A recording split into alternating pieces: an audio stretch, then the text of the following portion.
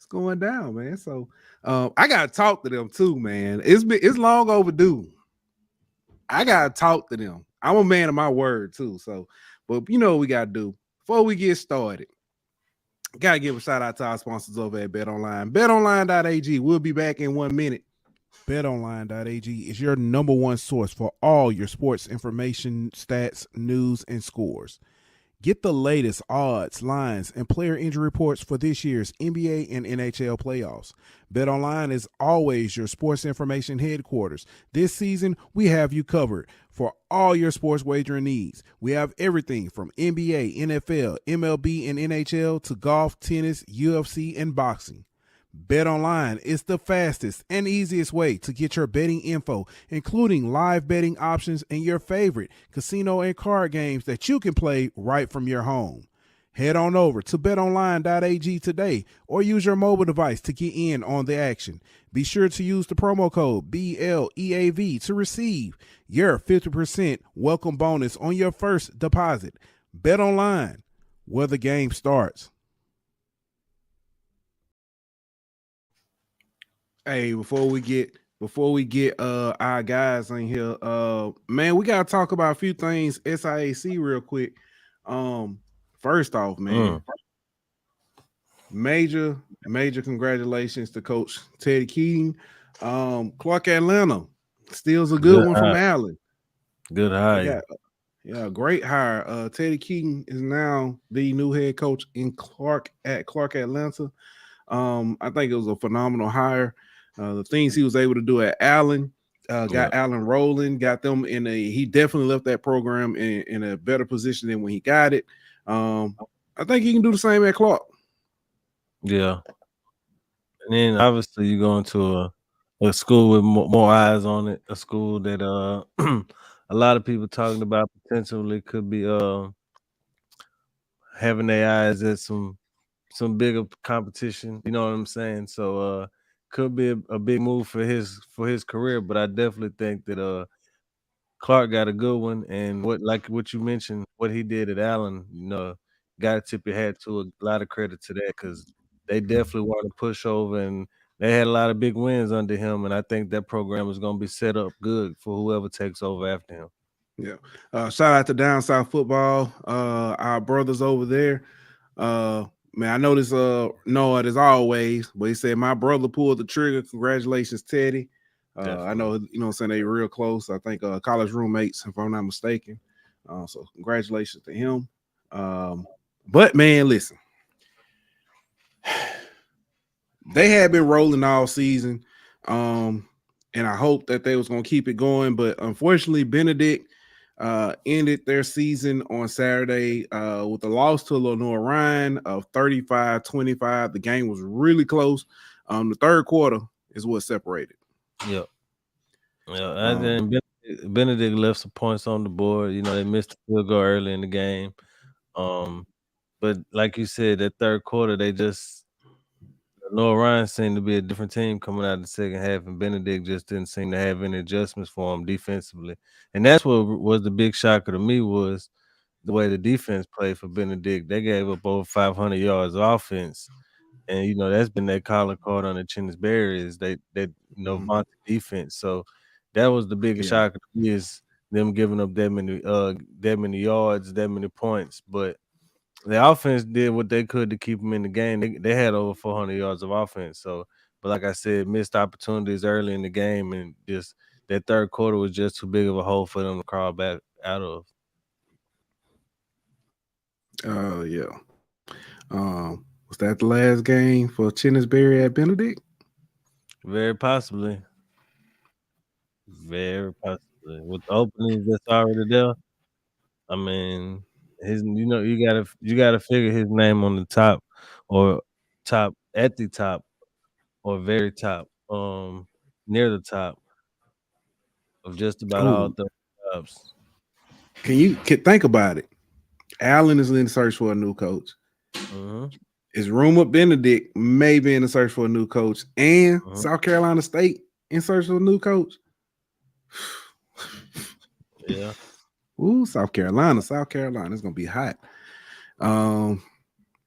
Yeah, real. Yeah. But here we go, man. We know what y'all came here for. We know it went for us. Got to get our boys in, man. Welcome back to HBCR. Guys, man. Like I said, we got Kendall Kellerman and Khalil A. Smith coming back. Welcome back, fellas. How y'all doing?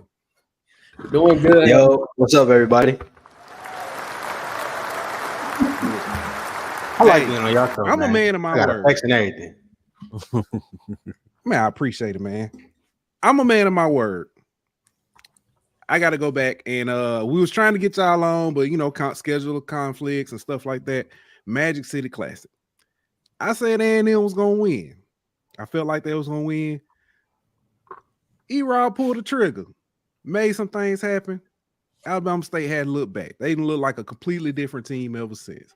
They've been rolling, man. Congratulations on that, man. Like I said, told y'all I would, fess up to it, admit I was wrong. I was wrong, man. Completely wrong. So congratulations on the win and an amazing turnaround of a season. For sure. 5-game winning streak. Yeah. I mean, put against the wall. He showed up. That Miles Crowley revenge game didn't go quite the way I wanted it to go. No, Kendall. No, just we had been telling people all the hype that people. Now I will say this: before the season, me and Kendall were like, "The Grambling game gonna be kind of scary. It's gonna be kind of scary." Okay, all right. Thank you. You know what it was gonna be on. But at the same time, when Miles was at Grambling, we were like, "He's okay. He ain't nothing like special. He's a starter for sure." But it's not like he's a world beater. He was at all these NFL and he started the season off on fire, though. You got to give him. Yeah, I was about to say started the season. You got to give him that. But he came back down to earth, though. He ran into that Black Swarm defense. Yeah. You know what? I wonder, because of how it started and how it ended. I wonder if Tony Hull was still calling plays at the end of the season, the way things started looking. You know what I'm saying, Ant? Yeah. Especially we gonna get, matter of fact, we here now. Bayou Classic. We're gonna get this with it, man. Coach dude. I mean, I'm sorry. Coach Jackson wore one of Coach Dooley's suits, and then he coached like him in the Bayou Classic. Right.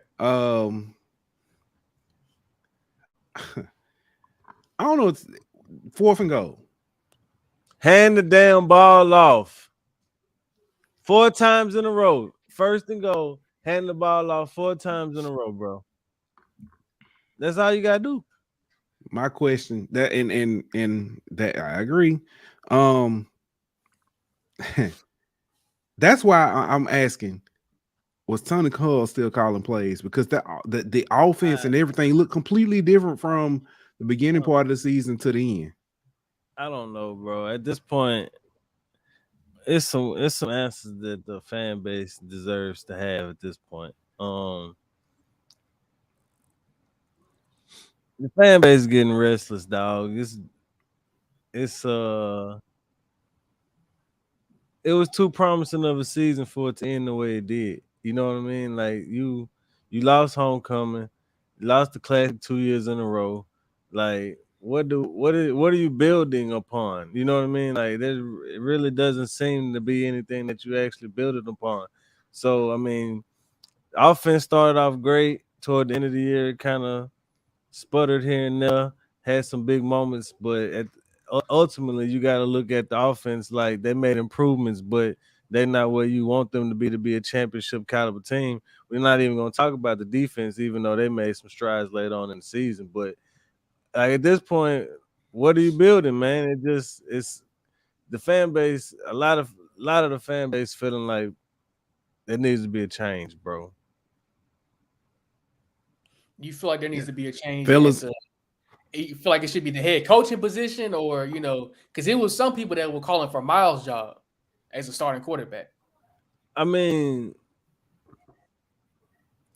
he didn't even try a different quarterback. You know what I mean? Like, and part of that's on coaching. We saw what happened whenever when Coach Graves got to Southern and they played a different quarterback. What happened? As much as we talked about the D Davis situation, you got to give E-Rob credit for going with a different quarterback and sticking with him. You know what I'm saying? So whenever your quarterback ain't living up to what you think he should be living up to, like some of the fans, like some people was thinking, why not get another quarterback shot? You did it last year. Last year you were a revolving door quarterback.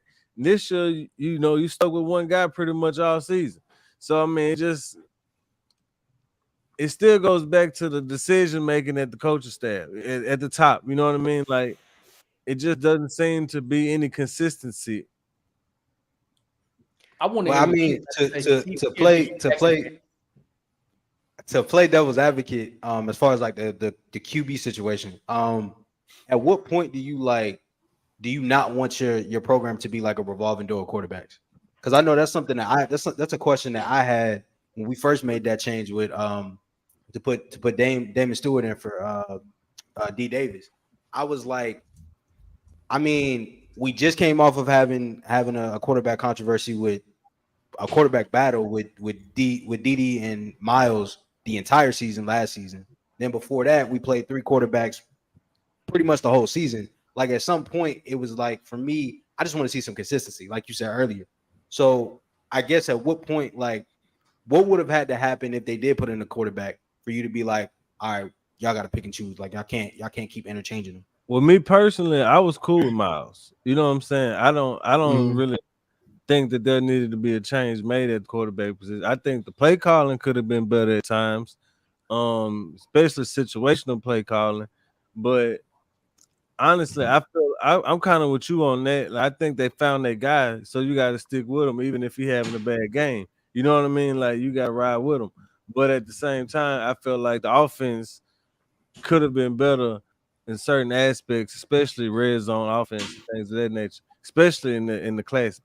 But it just seemed to me like they got too cute offensively at times, and they kind of trusted Miles a little too much. Whenever you can kind of keep it simple and just do what works instead of trying to be, kind of outsmart, outthink people in certain situations. Oh yeah, for sure. I mean, I think anybody could tell you, football don't have to be complicated. I Exactly. think people make football complicated. Football really Yeah. don't got to be that complicated. Like y'all said, when you're whatever it is and one, run the ball.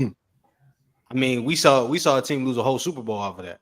Like Yeah. football don't got to be complicated. You don't got to change the wheel. You could do what works, like you said, and live with the results. But I think that when you're like considered an offensive guru like Hugh Jackson, sometimes you let your ego get in the way.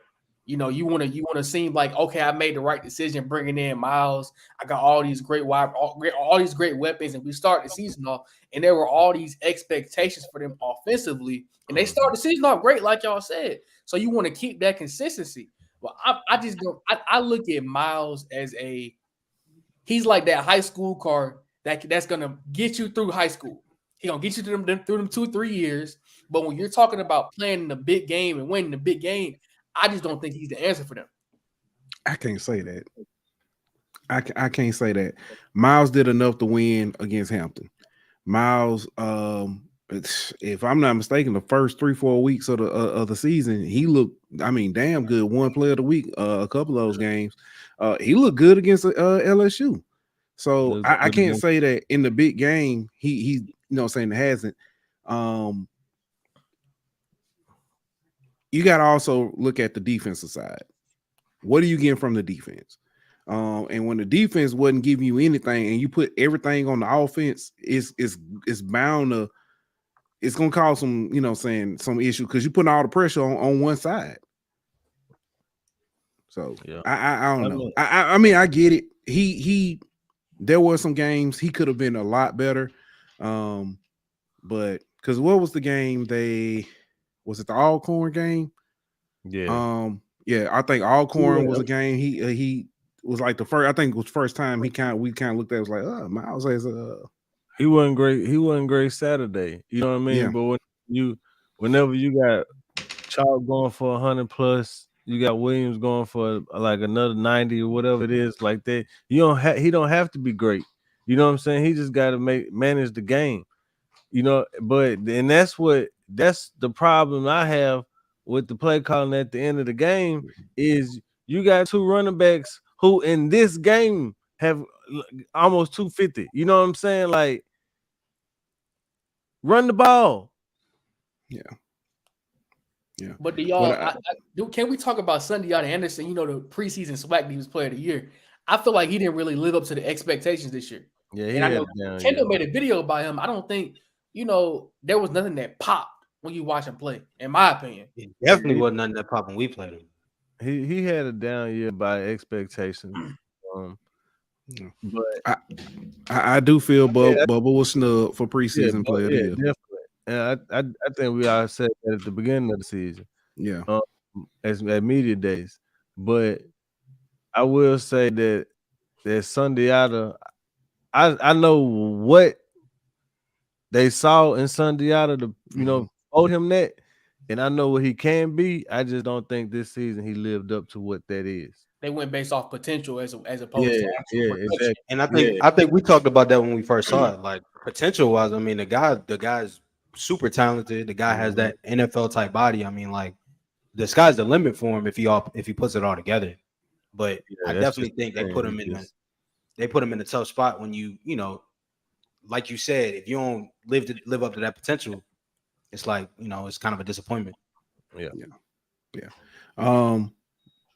We got one more SWAC game. Hold on. One more thing on this class, because special teams been a thorn in Gramblin's side all year, bro, and it reared its head again on the damn punt return right before halftime to make the lead 21-7.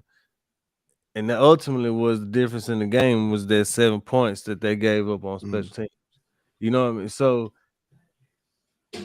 when you're looking at this team, like, you looking at like what facet of the game can you hang your hat on and be like, yeah, like, that's my identity, that's my strong suit. We are this team. You know what I'm saying? We are smash mouth, like Alabama State. You know what they are? They're a smash mouth defensive team. You know what I mean? Like, when you look at Grambling, what are they? Supposed to be offense. When you look at Southern, what are they? You know what I'm saying? Like, but I could at least give Southern the credit of they saw it wasn't working with Dooley, and they got him out of there. You know what I'm saying? Like, I ain't advocating to get a coach fired by any means, but at the same time, what Grambling is putting out on the field isn't living up to the Grambling standards. But I got a question though. If you are Grambling, right, and you're their AD, whoever made the hire, are you just that's a big time hire? It's not Dion by any means, but Hugh Jackson still was an NFL coach, got a Super Bowl with the Pittsburgh Steelers. Is that somebody you're just willing to let go of? Do you have I don't think so. I don't think they are. To let go. I don't think they are. I don't think they're gonna let go of them, bro. Whoever picked out that suit need to be fired. I'm just gonna leave it there. As soon I honestly don't think he's going nowhere, bro. Nah, he ain't going nowhere. I think he's a better coordinator than head coach, in my opinion. That's just me though. No, it's just I really thought with everything that was the way the story was set up, you had a team who had fired their coach, who has battled with quarterback play most of the year, inconsistency. A team that was, I mean, I don't know how to describe Grambling, but you had a team that was, I guess building momentum. I don't know. I don't know. At this point, it's just, I don't know. It's gonna be interesting start of season next year. But I mean, we talked about this whenever we talked about the classic. The last time Coach Graves was the interim coach. Yeah, it was for Grambling whenever they fired Fobbs, and he took Grambling in there and won.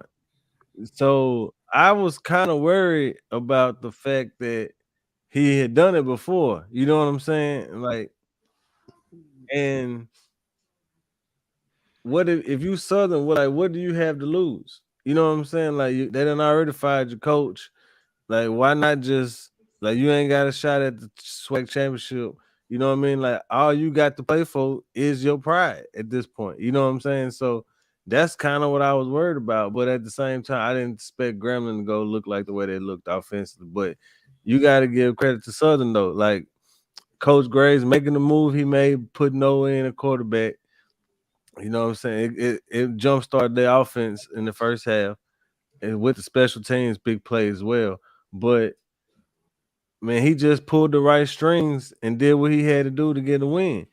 And I mean, I ain't saying he should get that job, but I mean, if you look at what you want in a coach, that's what it is. You know what I'm saying? Get the most out your players and make the right decisions to put your team in a position to win the game. And you let your players make the plays. And that's what happened. So I mean, you got to give all the credit to Southern and Coach Graves for the classic. But what I'm looking from my viewpoint, it was more of a Grambling lost the game type situation than Southern just went out there and won it. But all the credit in the world to Coach Graves though. Yeah, major kudos, Coach Graves. Only man to go 2-0. Well, I ain't gonna say only man to go 2-0, but let me rephrase that. Only person to win the classic on both sides as a head coach. So major kudos to that. Next up, man, I want to talk. I know we got another SWAC game that was this past week, but I do want to talk about the FCS playoff game with North Carolina Central and Richmond. Richmond ended up getting the win, 49-27. North Carolina Central controlled this game in the beginning until what I think has been stated. I think it's a separated shoulder. It hadn't been fully disclosed, but I think it was kind of briefly mentioned in the post game. It was a separated shoulder by Davis Richard, and Richmond ended up taking over in the second half. So yeah, once he went out, it kind of was the end of their hopes, man. They didn't really have too much offensively to keep up with Richmond. But and honestly, it was kind of a shock to me that the same Richmond team that we saw, against Oregon, it was Morgan and Hampton. Yeah, they were much improved for sure. Yeah. I still wasn't impressed. Central looks slow on defense, reaction wise.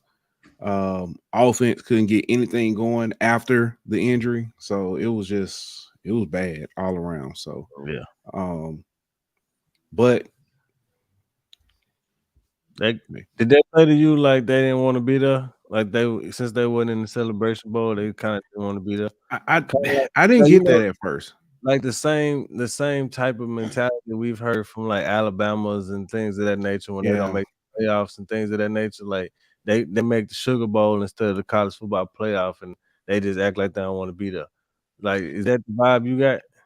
Not really. I got the vibe that I felt like they were after like I said, after Rashard got hurt, they looked demoralized. Yeah, I'm talking about before he got hurt, like the way they came out. I didn't feel like that. I didn't feel that they just didn't, to me, they just didn't seem to be playing as crisp as they have been all season. Yeah, I give you that. I know what you mean. Yeah. Execution was yeah. I could definitely see both of those things like compounding each other, and that making it like the ultimate outcome. Like I could see that being the case.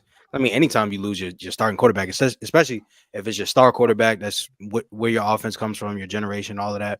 Like, yeah, I could definitely see that. I also think the way their season ended, obviously taking that blowout loss to Howard, you already got a lot of stuff on your mental because you're supposed to be, there's somewhere else you're supposed to be. You're supposed to be in the Celebration Bowl. Exactly. And, I get what you're saying because you've seen Alabama definitely, okay, this in the college football playoffs, we're playing Michigan in the Outback, in the state, in the Outback state, or whatever the case may be. Andrew's not taking it seriously. Obviously, national championship is on the line, but you're already underdogs kind of going into there. So I mean, kind of is what it is. Yeah. I agree. I see. We're gonna come back to this in the off season and talk about some of the conversation about HBCUs and LCS playoffs because this sparked a whole nother debate. And this gave a little bit of fuel to people coming out saying that basically HBCUs being inferior and all this kind of stuff. The crazy part about it, 2 HBCUs beat Richmond this year. Mm-hmm. North Carolina Central beat 4 other FCS programs, and if I'm not mistaken, went 3-0 against the CAA. So the fact that it's coming up now is just kind of ridiculous. But any given Saturday, man. Yeah. So, well, anywho, man, we're gonna move on. Now this game I do want to talk about. Turkey Day Classic. Alabama State took on Tuskegee. Got the win 41-3. Yes, sir. It's about time. It's about time. It's about time we put up 40. I'm sorry. I'm excited. Oh no, I agree. In every way you can imagine, Alabama State dominated, and it didn't stop on the field. The band in the stands, Jack and Ball and Parlay. Right. It was wild, dog. That was what I tip my hat. No. I definitely wouldn't expect when they played. I was like, hold on, am I tripping? Yeah. But it was because I was talking to one of the band. Not talking to one of the band members. They were like, we were only gonna play it if we were winning. We would lose, we weren't gonna play it because you can't just play it when, like, if you're gonna do something like that, like play this move like that, you got to be winning the game, and to be dominating and play that song. Yeah, you definitely got to be winning big. Right. Yeah. But can't play that and let them come back and win. Right. I never let you end it. Let's talk about this from y'all standpoint. This game. The way to culminate a season. Again, y'all had. I honestly feel like, what we saw, the way y'all ended the season, y'all had the potential to be a SWAC championship team, be a participant in the Celebration Bowl, but that wasn't the team we saw necessarily early on. What we saw at the end of the season, what we saw with this 5-game winning streak, with this dominant. I mean, granted, I will say Tuskegee is D2, but that's a heated rivalry. And we lost to Miles, so I don't really count it. Yeah, I was gonna say, and it's not like at this point. It's not like Tuskegee had so although they are D2, they compete with the best of the best. Right. So, from y'all standpoint, tell me about the game. Kendall, you can take it first. I think for me, we came out really strong. Our special teams has been, especially Robert McMinn Flash, like he's been great this season. He came out. I mean, he did what he does. We started off strong because of what he did, returning that kick, and it kind of just sparked everything else that you saw after that. Defense was energized, offense was energized, all of that. And I think one of the biggest things that I really loved about this game more than any other game is that you really got to see how deep this wide receiving core is. Keyshawn Johnson, I mean, best wide receiver in the SWAC, first team all SWAC, literally was our offense for a lot of the games that we played. And I think when you have a receiver that's so dominant, sometimes the other guys can kind of get lost in the shuffle. But we have guys that can play. And I think that was the thing that I wanted to see and that I saw, is that if Keyshawn's not going to play, who's going to step up? And you saw a whole bunch of guys step up. Even the game before that, you saw Tyree Saunders step up, Isaiah Scott, all of those guys. It was really good to see them kind of get into it and then, really just play to the level that we know they can play at. And then obviously the defense was stout. The defense was what our defense is. And it was nice to see everybody put it together. Finally, after wanting it, all season. So I think that, like Kendall said, anytime the special teams has been our heart and soul all season long. It's been our offense sometimes. It's been our defense. Robert McMinn, when he has big games, we usually win the game, especially when he starts us off with a kick return, a big one. And he has, we talk about the quarterback change. One of the things that's different from this year to last year is our special teams has allowed us to play with a short field, which we didn't have a lot of last year. Damon Stewart, he's having to, go 40 yards or 30 yards to score a touchdown or get a field goal. And for D, he didn't really have that luxury last year. But one thing I will say about Dame that he is better than D at, he is better at protecting the ball and not putting the ball in harm's way. He's a lot more decisive, in most cases a better decision maker. And one thing Kendall has always talked to me about is Dame had a lot of opportunity to fail. We gave him opportunity to go out there and fail and make mistakes and learn on the fly. I know we're not talking about the quarterback situation, but that's the biggest switch that happened this season when we started winning. But I think that with D, he didn't really get the opportunity to go out there and fail. We started the season, and Kendall, what was the last game D played? What was that, Miles? That was the last one?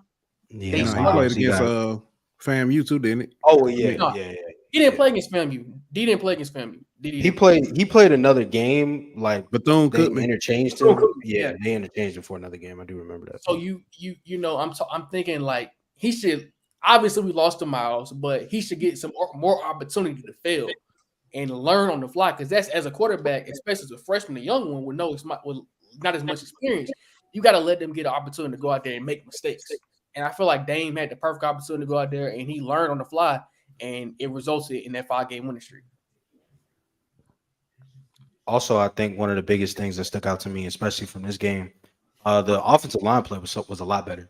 Our offensive line is a lot more improved. They got a brunt of the blame last season, for not protecting the quarterback or whatever, not picking up blitz packages or whatever. But they played as good as they could play a lot of the games this season, especially when they were outmatched. I thought that they kind of showed me a little bit when they went up against defensive lines that were bigger than them. I heap a lot of the credit on that offensive line because in that 5-game winning streak that we referred to earlier, Dame, I don't think he got sacked in at least 4 out of the 5 games. Yeah, at least 4 of the 5. So the offensive line, you win in the trenches, you lose in the trenches. So they definitely showed up and showed out. I want to ask this. Just I guess get a little bit ahead. What are you guys looking like returning next year? Because you ended on a high note. We know how you guys ended last year. Completely different. You end on a high note. Kendall, you posted earlier. This is the most wins that y'all have had since I forget what 2013. Year. 2013. What do you guys as far as production wise and experience? What are you returning? Because we know you're losing Bubba, Mikey Victor. So what are you guys bringing back? You're losing a lot of veteran experience, a lot of guys who've been on this team pre-Coach Robinson. So it's gonna give Coach Robinson the opportunity to really bring in guys that he recruited. And that's no discredit to Bubba, who was on the previous coaching staff's recruiting team. But this is Coach Robinson's opportunity to really show what he has, what he can bring in. How is he going to really impact this team? I think that defensively we're losing a lot, but offensively we're bringing back just about everything. Outside of the Tyree Saunders and Isaiah Scotts, like Kendall mentioned, we're bringing in freshman Jalen Jones, who's a redshirt this year. And I think that we're going to be better offensively because Dame is having a consistent starter is something we haven't had over the last 4 or 5 years. So Dame having another year to really have a spring training camp, a summer camp, a fall camp with Keyshawn Johnson, who Kendall mentioned is the best receiver in the SWAC, could play against anybody, is going to be big. And I think that you can expect to see an offense that's going to score more than 14 points consistently. As far as defense is concerned, I mean, he kind of touched on it already about us losing, some of our heavy hitters. One thing I do trust with this coaching staff is that the defense is going to play full stop, all out every single game. We kind of went through something like this last season, not to the same degree, but last season we lost Ershon Davis and Keenan Isaac. losing those two guys, I mean, you got to replace those guys. Obviously, those aren't easy guys to replace. Those were the guys that made a And lot of Nelson plays for us Jordan. the season before. Yeah, Nelson Jordan as well. So I mean, I think this defense has proven that they can plug and play a little bit. Obviously, Bubba Adams, like that's been your guy for a long time. Who replaces him? Who remains to be seen. But I do believe that we have the ability to kind of replace those guys. Maybe not right away, but I do believe that we have the ability to replace those guys. I mean, James Burgess has played really well. Amon Scarborough, all of these guys have kind of gotten their opportunities. And you got Kale Jackson, Adrian Maddox. All of these guys have kind of gotten their opportunities, have gotten their reps. And I think ultimately you got a good crop of guys to kind of get everybody else up to speed next season. So Personally, I feel like you got to replace Bubba with somebody in the transfer portal because I don't think you can develop a high school player to do what Bubba. Because when you're talking about this team, we're in a position now where next year is a win year. At least make the SWAC championship. We last year we had a winning season. This season you win the second most games since 2013. Next year it's on the table. This is the biggest all season I feel like in Coach Robinson's tenure so far. So I think replacing Bubba with someone who can play right now is important. when you talk about improvement too, like I mean, you can't really improve much more besides beating that team that we haven't beat in FAMU. So I mean, I Absolutely. think ultimately that's gonna tell the story for me. I don't really know like what the schedule looks like right now, but I think one of the things that kind of hurt us this year was we had FAMU so close, so early on in the season. Your first I back mean, game. you play FAMU your first game in conference. Like that's a tough game to play, especially with the quarterback situation that we had.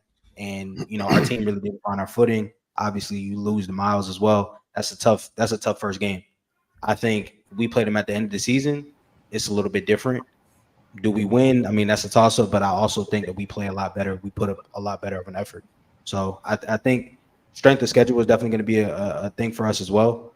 But ultimately, you gotta keep building, like we said earlier. All right, and I think that is the perfect segue. Um, SWAC championship, FAMU versus Prairie View. I think you guys probably played FAMU the closest of any team I ever. I could be wrong, um, but I think you guys probably played FAMU the closest. Um, what do you guys see in FAMU that gives them a leg up in this game? I think the quarterback position. One thing that happened in our game against FAMU was Jeremy Musa put together. He played a great first quarter and a great first half. I feel like, and he doesn't turn the ball over consist like in the moments they need him. When they need him to go score a touchdown, he gets it done, and even if it's putting him in field goal range. And I think their defense. I'm gonna be honest with you. I wasn't really impressed when we played Prairie View because that's another game we should have won. Really, every game we played this year, we should have won, but that's neither here nor there. I think that Jeremy Musa is a difference maker in this game because he got the experience. I mean, this your last year. This is your opportunity to really, wrap this thing up and finally get Coach Simmons that SWAC championship that he so heavily deserves. Yeah, I think their offense makes plays when they need to. I think that's the most dangerous thing about fam is that you can be up because we've seen a couple of games where they've been down or it's been really close, first half or whatever, and then you see fam you make the plays that they need to in order for them to win a game. So they make game winning plays when they need to make them. I think ultimately you have to when they make mistakes, you got to capitalize on them. If you don't, then they're going to make the plays that you aren't. So it's really just going to be is Prairie you going to be able to make them make mistakes, and are they going to be able to capitalize on those mistakes? Yeah, I think the physicality and the size in the trenches is another difference between the schools and the teams. You know what I mean? FAMU, they got a lot of transfer guys in on that D line and the offensive line, and that size came into play the first time they played, and kind of the way they was able to kind of bully Prairie View around a little bit offensively. So, and then defensively, the way they was able to kind of manhandle them in the trenches and kind of keep Prairie View from doing what they wanted to do offensively. So if Prairie View can find a way to kind of combat that, I think they might have a chance. But the first time they played, they didn't have an answer for it. And you got to be able to pass the ball against FAMU too. You can't. I know against Prairie Can't be View when they were playing one-dimensional. against us, they were running the ball a lot, Yeah. and we don't have the offense that once we get behind by 2 scores, we can just score like that. FAMU does. We know they got the playmakers to turn the game over, and Yeah. as you saw, can blow you out in a heartbeat. Because that was FAMU's best offensive game of the season when they played against Prairie View. Yeah. Prairie View. I mean, I know y'all kind of touched on it a little bit. But let me ask this: if Prairie View wants to be competitive in this game, what do they have to do? Make it ugly. That's because that's all we've ever done. That's how we competed Definitely. with FAMU. You got to make it a low scoring game. You can't let the game get above maybe 14, 15 points in the first quarter or the first half, and force Jeremy Musa to make the big plays that he's consistently made. But you can't let this game. You can't lose 45-7 in the SWAC championship. You gotta force some turnovers.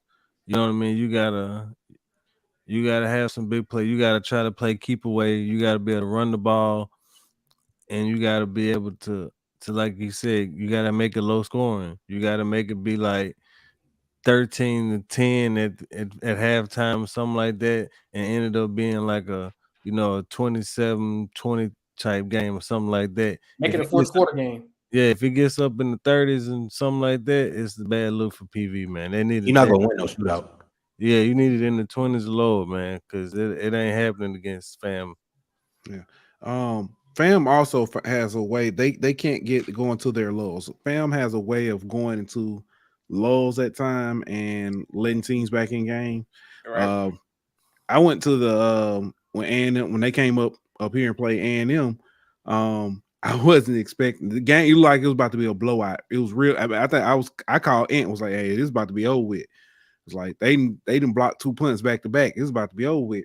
And then next thing you know, and them scores 21 quick, and they back in the game. Yeah. And it was like, fam, you couldn't move the ball. They couldn't do anything. And then all of a sudden they pick right back up.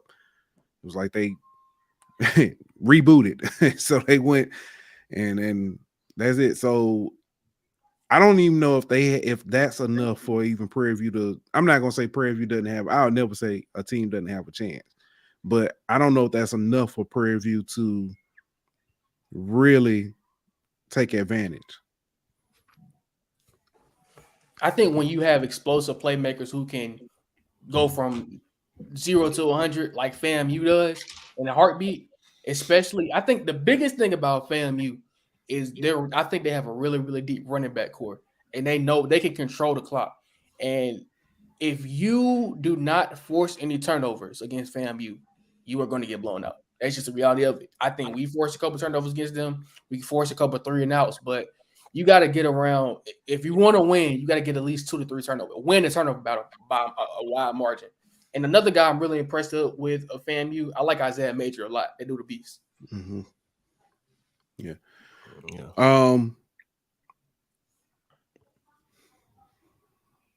don't know what else to.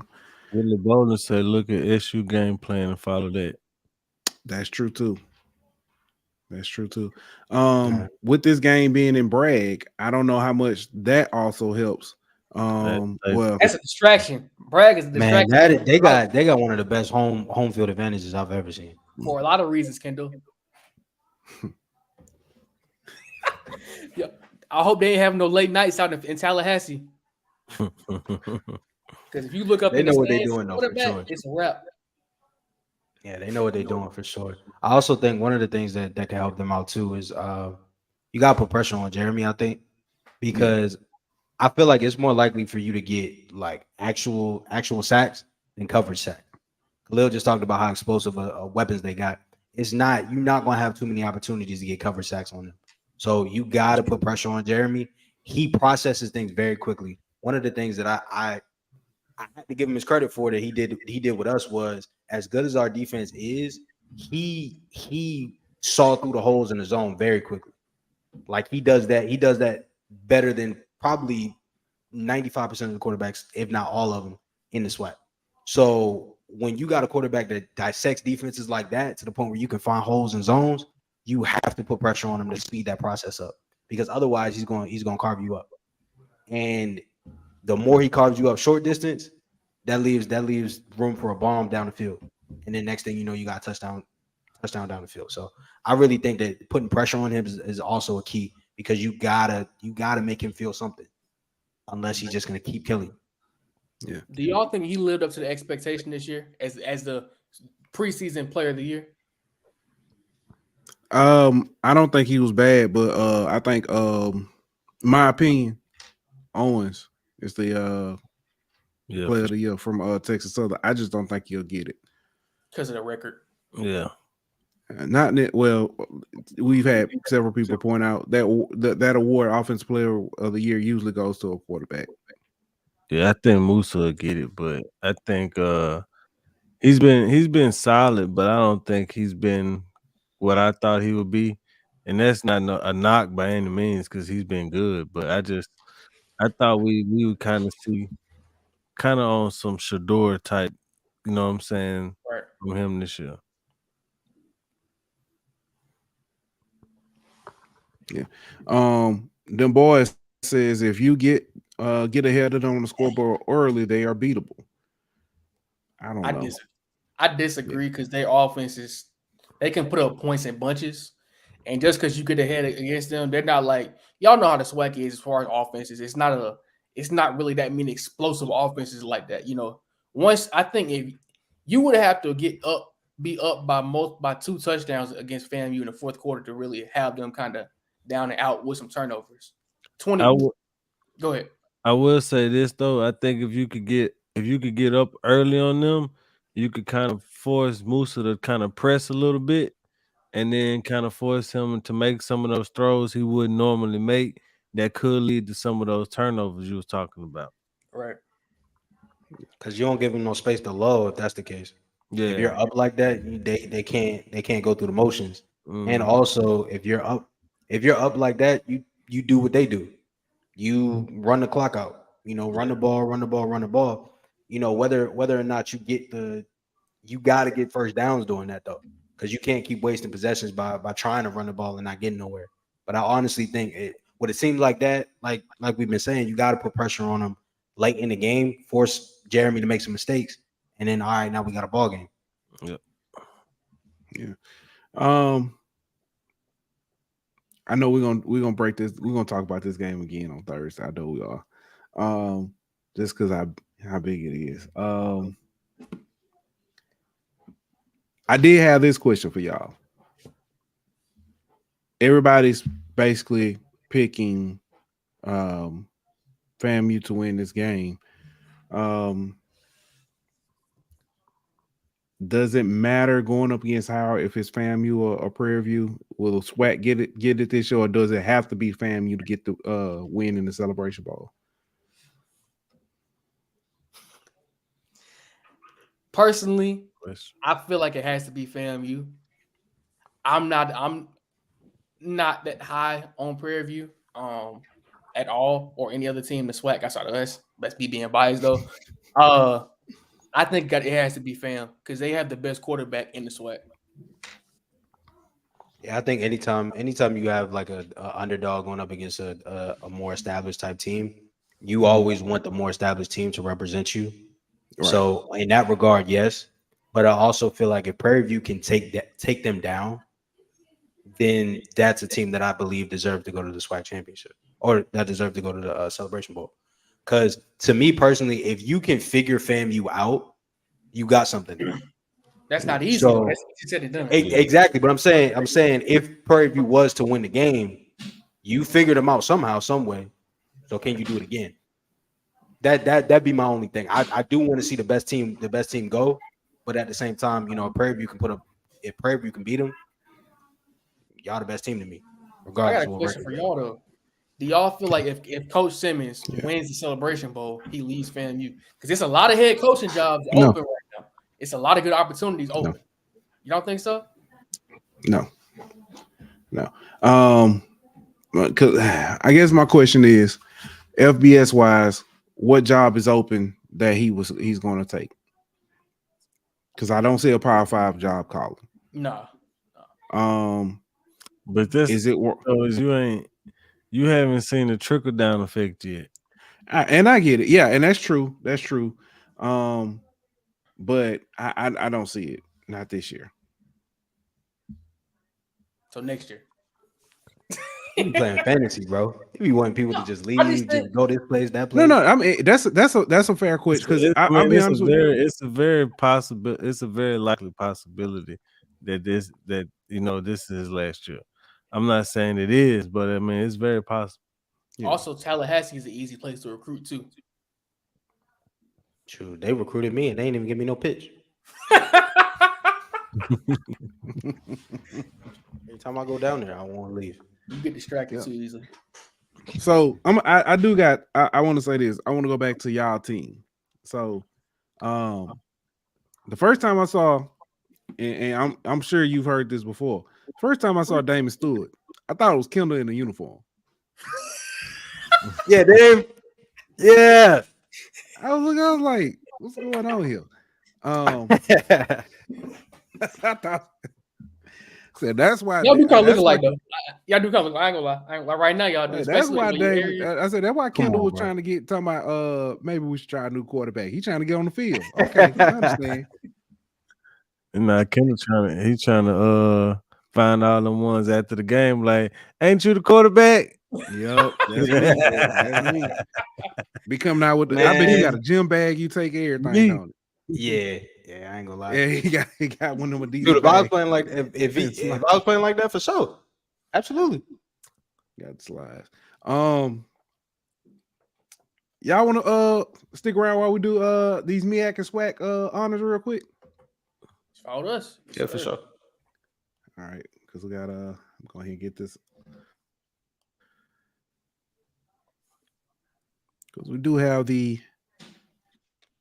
MEAC and SWAC all conference teams and all that. So give me 1 second.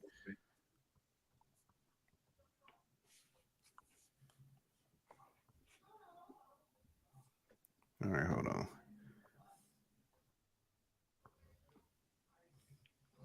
All right. I think these. I'm not sure. I think the MEAC came out last week when they put out theirs. And I do want to apologize. We have the SIAC and CIAA.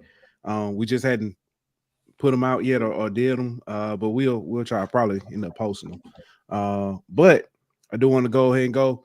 Now, the MEAC did announce their offensive lineman of the year, rookie of the year, and coach of the year. Offensive lineman of the year is Torricelli Simpkins II from North Carolina Central. The rookie of the year, Jawan Howell from South Carolina State. Coach of the year is Trey Oliver from North Carolina Central. The offensive and defensive players of the year will be announced later at a later date at another award ceremony they're going to have. This is the first team offense. Davis Richard. I don't think anybody's surprised there. Running back, also from North Carolina Central, Latrell Mookie Collier. Running back, Jawan Howell from South Carolina State.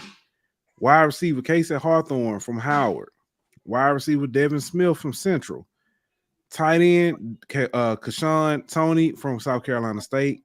Center, Torricelli Simpkins. I'm sorry, I said the second. It's the third. I'm sorry. Torricelli Simpkins III from Central. Aneem Donkwa from Howard. Nick Tasty from South Carolina Central.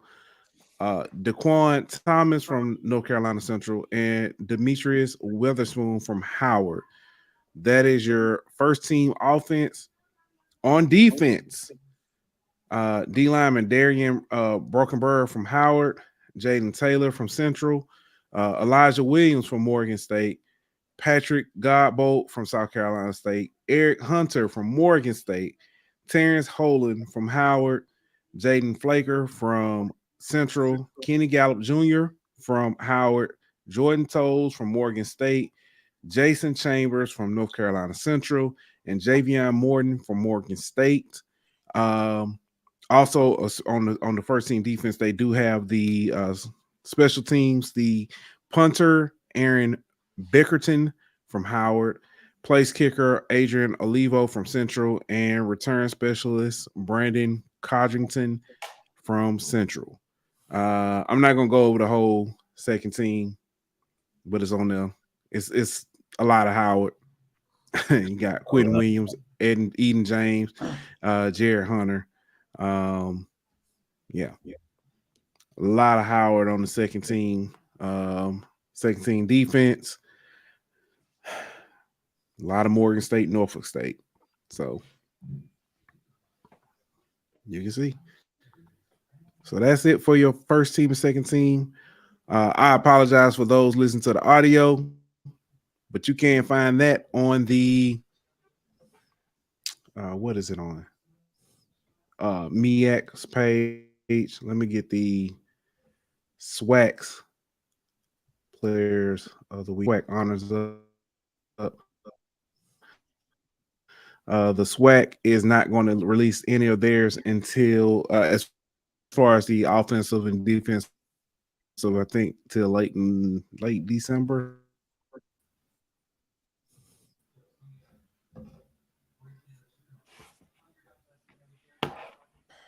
All right, here we go. First team, quarterback Jeremy Musa from FAMU, Ladarius Owens from Texas Southern. Running back, you got Jarvian Howard from Alcorn, Eric Dunn, offensive lineman from Prairie View, FAMU offensive lineman Cameron Coven, Robert Austin the fourth from Alabama State, Deontay Graham from Jackson State, Ryan Atkins from UAPB, Keyshawn Johnson from State, Montario Hunt from Alcorn, and Tavarius Griffin from Alcorn. That's your first team offense. First team defense, Malachi Bailey from Alcorn, Anthony Dunn Jr. from FAMU, Sundiata Anderson from Grambling, Sakelby Givens from Southern, Isaiah Majors from FAMU, Colton Bubba Adams from Alabama State, Rico Dozier from UAPB, Amari Hill Robinson from Bethune-Cookman, Kendall Bowler from FAMU, Jordan Carter from Southern, and Eric Smith from FAMU. That's the first team defense. The specialist, Cameron Gillis, place kicker from FAMU, Jimmy Isles, punter from Grambling, Terrell Gardner, return specialist from Alabama A&M, Braxton Blackwell, long snapper from Southern. Second team, I'm not going to go over the whole list, but you had Aaron Allen, Chance Williams, Donovan Eaglin on there. Then you had two Alabama State offensive linemen in there, Marcus Riley, Sharif from FAMU. So, yeah. And just looking at this list, it's a lot of FAMU guys. It's not that many Prairie View guys on this list. That was what somebody pointed out earlier. So, Zarion Hayes, defensive lineman, defensive end for Alabama A&M. He's on second team. And I feel like he should be first team, but then you look at it like, who do you take off? Yeah. Because I was thinking the same thing about Lyndon Rash not making it. But I'm like, who you take off? Yeah. Mikey Victor is on here too on second team as well. So I think he should have been first team personally, but you know. Yeah, but it go back to again, like I said, who you take off. So, but that is the first and second team swag. So, y'all got other than like I said, some people we feel like probably should have been first team. Is there anybody you would take off or move up? I feel like Adrian Maddox should be on this list somewhere. Because I feel like we should have more secondary guys on this list. Now, obviously, I know how good FAMU is, but during our 5-game winning streak, you can't tell me we didn't have the best. You can make an argument even right now. We have the best defense in the SWAC. Y'all correct me if I'm wrong. If I'm wrong, I'll admit it. But I feel like we should have more guys on there There was a stat at one point in that 5-game winning streak. Over 10 quarters, we gave up 9 points. 9 points. And you saw how we ended the season, though. So that's how I feel. We should have more guys from the secondary on there. Yeah. I mean, I understand. I agree with that. I think, I mean, Khalil basically said everything I was going to say. But, yeah, I agree with that, though. So we leave it up to y'all. Y'all whole defense would be on this list. No, not the whole defense. Nah. Yeah. I mean, I'm trying to be realistic, but there's a little bit of bias there for sure. Yeah. We just have a really deep secondary, and the fact that we didn't have, like, outside of Mikey and James Burgess, who are 2 starter corners, a lot of guys got rotated in and out. So nobody really had a solidified spot the whole season because they were so good, because you couldn't just keep one guy on the field. I mean, your third string deep safeties and corners looking like starters and making plays. Yeah. I'm surprised Gardner from Alabama A&M's first team returner. But he got a lot of opportunities. And I think that kind of speaks to A&M a little bit. He got a lot of opportunities to return and punt. Not kickoffs, punts. And I know when I said that, he got a lot of punt return opportunities. I'm saying it like that. So I feel like Gremlin deserved more offensive people on the personal second team. Yeah. I'm surprised Chalk went on there. That's what I'm saying. And Lyndon Rash wasn't on there neither as a receiver. I will say this, I'm glad to see Aaron Allen getting some credit, because I made a comment early in the season. I felt like, personally, just based off of what I saw in person, Aaron Allen was a better quarterback than Jeremy Musa.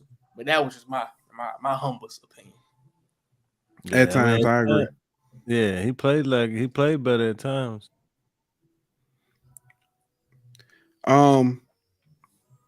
I feel like I'm shocked Irv Mulligan went on that, but I do know he was out for a while with injury. Are you taking off? He got injured against us and was out for a period after that. I mean, Jarion had some good games, but I can only think of like 3 or 4 games where he was like really dominant. Right.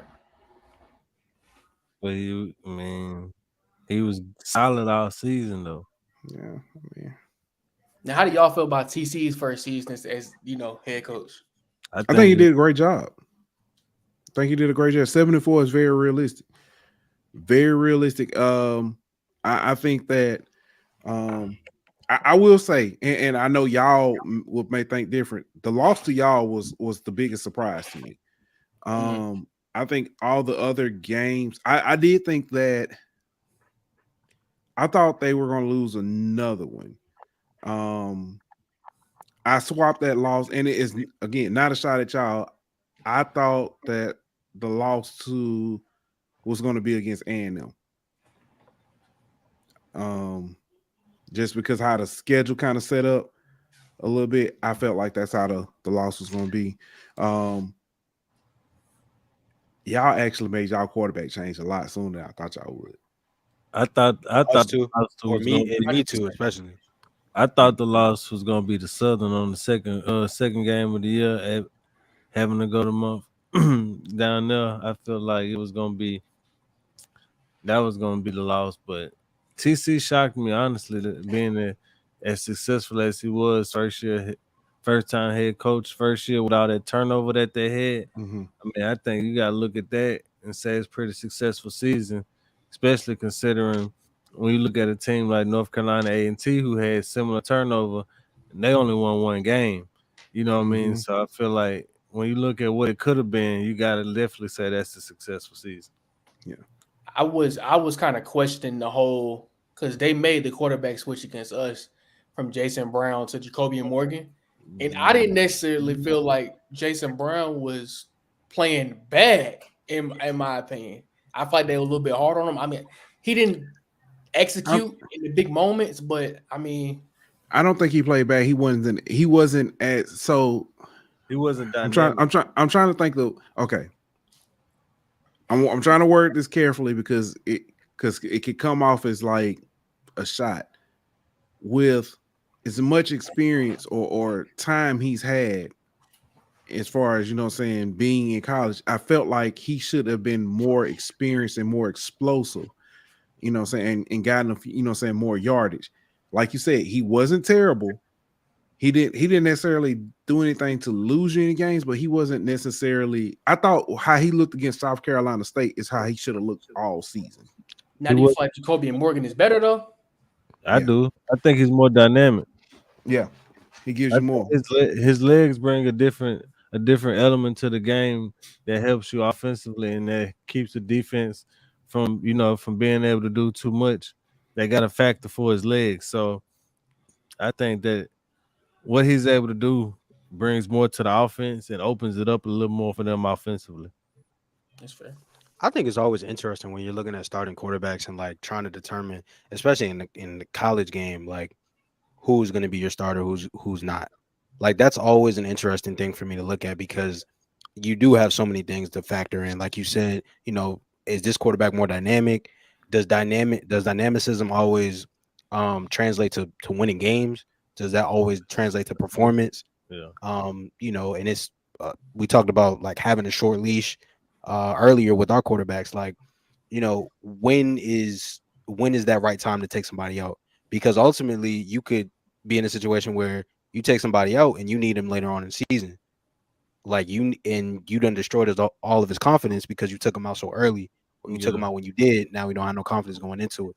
So it's always an interesting thing for me to look at, like when you're talking about quarterbacks and who's gonna win you games. Are you in a position where it's like, all right, we're trying to win right now, or are you in a position where you want to give them some time to get acclimated to make mistakes and all of that, and then all right, let's see what we got later on in the season or the season after.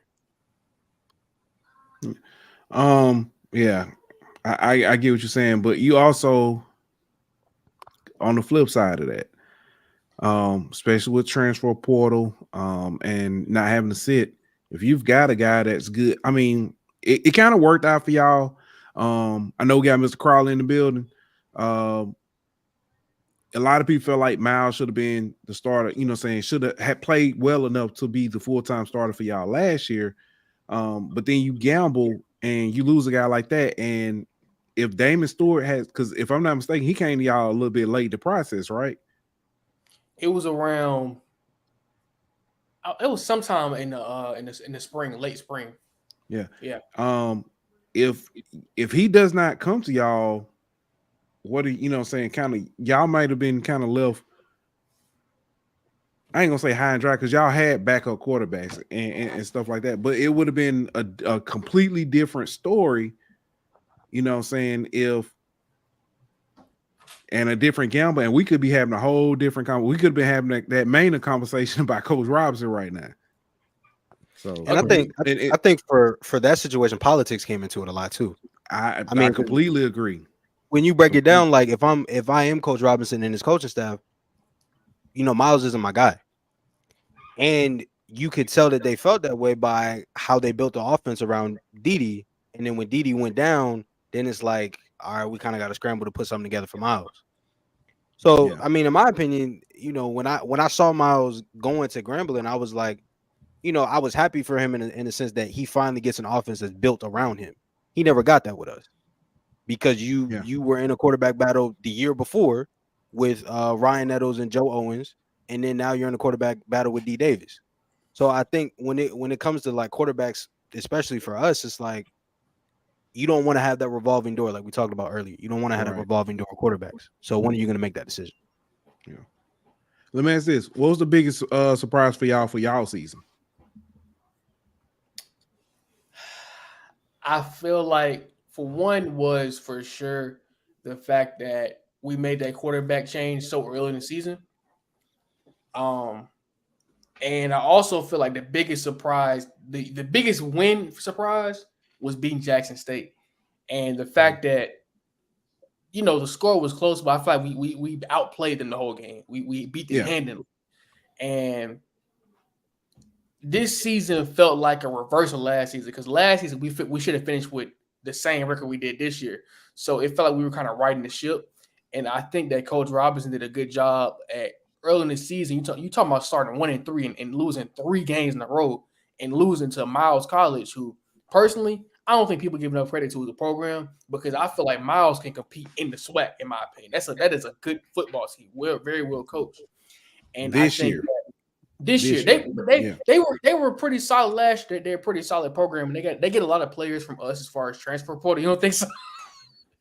Now I will say last year defensively they were pretty good. They got it clicking this year on offense. Right. So yeah. But yeah, that Jackson State win was the biggest surprise. And all the losses hurt. Because like I said, you could very easily be looking at us this year and we could be in the SWAC championship. Very easily. Because we were the second best team in the SWAC on the second half of the season. So it's funny because I know we all kind of said the same thing about the kind of surprise at how quick the quarterback change was made. As quick as the quarterback change was made, I still feel like it should have been sooner. I feel like it should have been early. If he was gonna make it, like when he made it in the Miles game, it was like you put Damon in there last minute. You know what I'm saying? Trying to put, you know what I'm saying? Now he's cold coming in. It felt like he should have came in midway through or earlier to, you know, say if you're trying to create a spark, you know. And I wholeheartly agree with that point for sure. Right. Yeah. So, but I mean, either way, man. Either way. And I said to answer you, my fault. No, you can go. This is my last point, Kendall, real quick. I said this before. Kendall, remember? I said I feel like that was one of Coach Robinson's worst decisions as like in his tenure, was throwing Dame in that Miles game so late on the last drive of the game. And, you know, he throws a pick and he has another turnover. Because if you go back and look at it, Dame had 3 turnovers within his first 3 starts in crucial drives. Mm-hmm. So, you know, you're talking about what confidence are you really building by throwing him in, and you still got a quarterback battle going on. And I feel like for them to still somehow win 5 games in a row while you're still unsure about the quarterback position, it was crazy to me. Yeah, I mean, I agree with that too. I think if you had any type of feeling that you were going to make a quarterback change, you can't do it the last or the second to last drive of a game against a D2 opponent going into conference play. I feel like you kind of set yourself up for that. And obviously, like, I don't think that we played as well as we could have played against Fan because of that too. I mean, because ultimately, like we said already, you have a game-winning drive. Like, we have a game to win. We don't have time for Dame to get into the game and feel it out and all of that. Like, nah, if we gonna live and die by Didi, we're gonna live and die by Didi. And if we got a quarterback change coming, we can handle that later. You don't do that in the middle of that game. And to be honest, I don't really think, you know, watching some of the game over, I don't really think the play calling helped Didi out a lot either, especially when it went like towards the end of the game. And I can say that about the Alcorn game too, when they, you know, when we were kind of flip-flopping. Like, I feel like sometimes obviously the play calling is different. Like, that's pretty obvious to anybody that's watching the games. Yeah. Dame had more time to kind of get adjusted to everything. And I think that's what played a part into it. But to answer your original question, I think the 5-game winning streak was my biggest surprise. That might be cheating a little bit, but you got to look at the losses that we had. You lose the Miles. That was demoralizing. You lose the Fan. I mean, that wasn't as bad, but then you come back and lose the Alcorn. Like, and I said it when we lost the Miles. The next couple of games are going to determine how this season goes. Because we could have easily called it in after we lost the Miles. Play so be some of the teams that are lower in the division, lower in the conference, and then, you know, just get blasted by the better teams. But they showed me something a lot with that 5-game winning streak, especially like we said, winning those tough games. You know, that Jackson State game, especially making Grambling look very pedestrian when necessarily going into it they weren't necessarily looking like that. Not too much now. Not too much. I'm just saying, like, it was like automatic. Like, Grambling came in not really looking like themselves. That's true. And like it was as soon as the game started. And I know Miles, that's an emotional game. You're playing against your whole team, all of that type of stuff. But nobody really looked there. And so Yeah. that was the thing that kind of shocked me. Like they made some teams that were better than they were, or better than they should have been. They made some teams that weren't as good. Because I'm not Come on, trying to Kendall. Come on, man. You gotta get. they made some teams. They made some teams that were playing really well. They made them look worse than they were. Yeah, And I I think that's saw. a testament. That's a testament to how we played. If you go back and look on that 5-game Y'all winning so streak, petty. how many I'm just gonna times? rub it in, huh? Just How gonna many rub times it did in. we All face? Hey, it's just right. All right. How many times People did in we the chat. face number one offense in the SWAC during that 5-game winning streak, or number two offense? A&M, y'all remember at one point in the season they were scoring a lot. With the quarterback situation they had going on, and we made their offense look what, Kendall? Pedestrian, in your words. So I just think that we faced a lot of tough offenses, and they could have been very easily, like Kendall said, for us to roll over. But some way, somehow, Coach Robinson found a way to get the most out of this team and the most out of this season. In the season, they could have easily, like you said, he could be looking like Coach Maynard right now. When I got okay, what have you done outside of what's the quarterback they had? I can't think of his name. Akil Glass. What have you done outside of Akil Glass? That's a Belichick and Brady type situation to me, by the way. Oh wow. What has he done, Kendall? I mean, what has Maynard done? At least in the SWAC, I say In the that. SWAC, yeah. Because I mean, I think his saving grace, and it's not saving at A&M, but his saving grace is what he's done at previous stops. It's not. It doesn't apply to A&M. You know what I'm saying? What he's done at A&M. I agree there. But yeah, especially like you talking about 0-2 in the SWAC to a first time. I mean 0-2 in the Madison City Classic. A lot of some of these fans, just to be honest with you, they could care less about if you lose every game of the season, but as long as you win the Classic, they fine. Boy, it sound like Gremlin fans, boy. I'm just being honest though. I'm just being honest. And you Me losing too. that, you being 0-2 to Hey, Coach it's 2 Robinson, games who's you a gotta first time win. head coach. I mean, 2 games you gotta win, bro. right, Homecoming and the Classic, dog. right. yeah. Sure. I'm pretty sure we fired our last coach right after the Classic. Mm-hmm. Yeah. Like that was like the game, the determining factor of whether he kept his job to the end of the season or not. Absolutely. I'm gonna tell you, I don't know if y'all remember this, but that was one of the reasons why Reggie Barlow got put on the hot seat and got, you know what I'm saying, let go. It was because they felt like he wasn't winning at a high enough clip against A&M and Tuskegee. You know what I'm saying? Basically both classics. Right. You know, so yeah. I got a question. You see that? Go ahead, Kendall. I was just gonna say you see that even with the Power Fives, like Ohio State coach Ryan Day. Like, I mean, if you can't beat Michigan, like what are you here for basically? But Ryan Day is undefeated all season. His Ryan Day's issue is and somebody I was listening to the radio Saturday coming, you know, saying driving down the road, and they were talking. The Brian Day's issue is he had, I think he's like at the time he was 56-6. He's 56-7 now.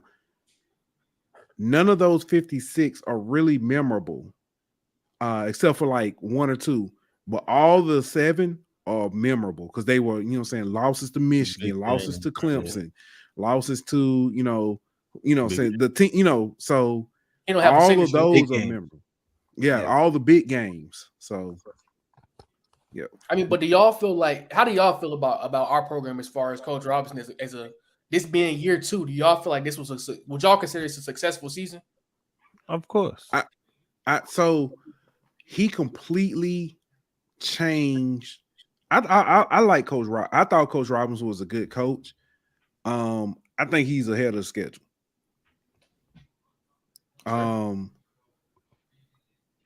Coach Robinson is, because we talked about it last time. I was like, making that quarterback change, and it's funny that it hinged on one decision, but making that quarterback change, making the, I'm trying to think what else. It's the quarterback change, it's like some of the games that y'all won. It's like it all just changed. Like the Jackson State win completely changed the season. Completely changed the season. That's a and signature it's just win. like, yeah, it's like from there it was because even with that, because if you look, A&M beat Grambling, y'all beat Jackson State, and y'all played in the Magic City. And everybody, it went from being, because at one point it was everybody, but before they was talking about Magic City Classic may be the game, see who keep their job. And then it was like after the, both programs won, it was like Magic City Classic might be the game to see who get their extension first. And then it's like y'all rode that momentum from there. And even in that game, the Hail Mary at halftime, right before halftime, completely changed. It's like I personally feel like the Jackson State game and that Hail Mary was like the turning point of and I know it's early in his career and it's too early to say it, but it was like it's probably the turning point of his tenure right now. So, but he's got to build on it next year. I don't necessarily think he has to win the SWAC East next year. Gotta make it. But he got to make it, close. He got to be like number 2. You know what I'm saying? With the loss being close. So yeah. He got to at least be like a game. Yeah. Within a game of being in the SWAC championship. You know what I mean? Like if you lose to FAMU and that's the reason why you don't go, that you know what I mean? Like that might That's understandable. You can't have 3 or 4 losses in the SWAC. Yeah. And I think this was probably one of the first years in a long time that during that 5-game winning streak, we were going into games expecting to win. Like we were making last year, we didn't do a good job of making the inferior teams look inferior. Like we would play around with them. Our competition. Right. We play up or down. And even if you look at every single loss that Coach Robinson has had outside of UCLA in his first 2 years, every game was a winnable game. Last year, even if you go back and look at the Jackson State game, we lost 26-14. You go back and look at FAMU this year, that was a winnable game. Miles this year, that was a winnable game. Every single loss, he hasn't just got dominated in the game. And I think when we're talking about improvements, I think it's also deeper than just numbers, because a lot of the games that we won this season, we would have lost last season because we were shooting ourselves in the foot. Like penalties was the big thing. We killed ourselves with penalties a lot last season, and this season the problem wasn't there really at all. And even if it didn't hurt us as much. So I think when you put it in a perspective, not only are you getting more wins, but you're also changing the perception, changing the culture of your program. And I think ultimately that's what you got to do as a coach coming in. And when we talk about improvement, winning the SWAC East is not necessarily an easy thing to do, especially the last couple of years when you got FAM, when you got Jackson State. But making those slight changes, like we said, even with the offense and stuff like that, making those changes is making all the difference in the world. I think next year is a winnable year too for him. As far as like if you had to win a championship, next year is year because there's so many quarterbacks are, you got Jeremy Musa who'll be gone. You got Prairie View, their quarterback will be gone. Alcorn quarterback will be gone. So that next year is your opportunity. You're bringing back the most familiar offense with a returning quarterback. That's your opportunity right there. You got the most chemistry. Obviously, you're losing Bubba, and you got to go get somebody at the transfer portal who can, maybe not put up the same numbers as Bubba, but be around, still be as impactful. So I think that we're going to be in a situation next year where, like you said, the expectation has to be either you're going to lose the FAMU by 2 points or you're going to be in the SWAC championship. I see it. I don't know what that is. Jeez. I guess we go ahead and get ready to wrap it up and get up out of here. And you got anything before we get up out of here? Nah.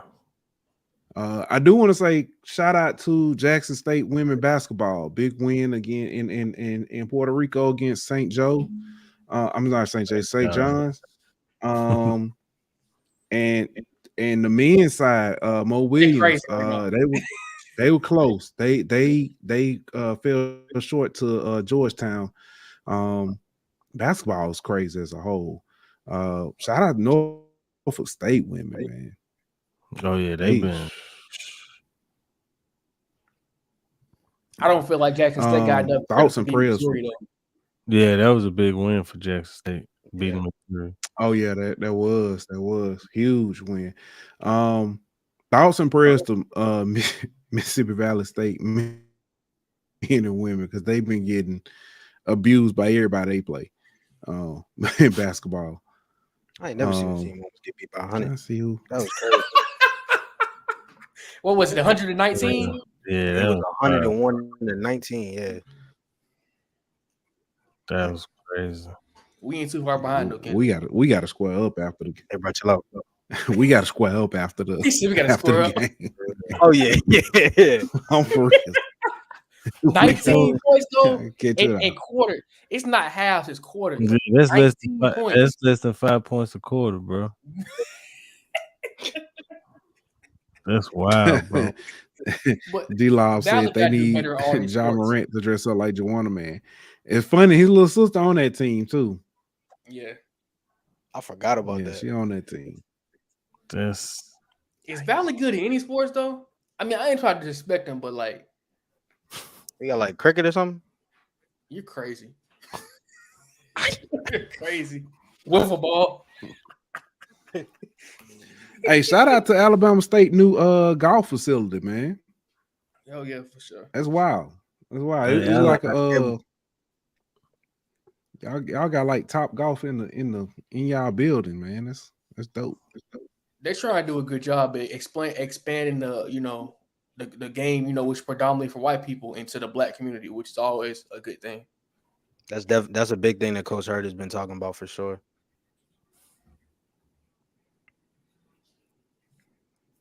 Golly, I come on. My bad, man. I'm looking. I need Justin Fields to throw an interception. This game is terrible. he threw it. Oh, he fumbled. He fumbled. Yeah. He fumbled. Yeah. Who they playing today? I forgot the Vikings. name. Vikings You ain't missing much at all. Oh, he wide open. 9-3 in the fourth. Golly. He wide open and didn't catch it. I just got done watching my Lakers get beat by almost 100 points by the Sixers. So I saw that too. Wow. Man. How did he not catch that though? Sheesh. How much You AD gotta put finished that in the with? middle of the field. he finished with 18. But Embiid and Yeah, the choke it up. Embiid and Maxey finished with 60 points combined. So Oh man. It's gonna be all right, bro. whatever. I'm gonna be straight. Mm-mm-mm. All right, fellas. Before we go, man, tell the people where they can find y'all. Wildcard 2K on Instagram, Twitter, TikTok, the Wildcard on YouTube. We should be having another episode to really break down the football season because we missed a lot of episodes. But make sure y'all tune in, come follow us. For sure, man. Y'all gonna see some good stuff. We promise. Always entertaining too. Always entertaining. Always. Yes. Hey, y'all know what it is. It's all love. Definitely appreciate y'all coming through, man. I always enjoy talking with y'all, man, and laughing with y'all. Y'all going to the well, I know Kendall is. I didn't picked up on that vibe. You going to SWAT? I mean to SWAT championship? Kendall not going. We wish. I get a flight. I go. I can't guarantee I'm gonna get one back, but I go. I'm trying to go to Celebration Bowl though, so for real. Okay. Yeah, at least one of them. I'm trying to catch both, but we'll see. We'll see. Right. I gotta check and see if these credentials came through. If not, I ain't going nowhere. You know how that go. I ain't going nowhere. I probably need to sit down somewhere. I'm tired now. Been on the road since all month. So anyway, man. And you got anything? I know I already asked. I'm asking you. You got anything before we get up out of here? Nope. I'm good, brother. All right. Like that. D-Law, make sure you go watch the video. My fault. I was reading that comment. Go watch the video, D-Law. Oh, no. Okay. All right, we'll be back on Thursday. Like that. We out. This show was presented by betonline.ag. Bring me my money.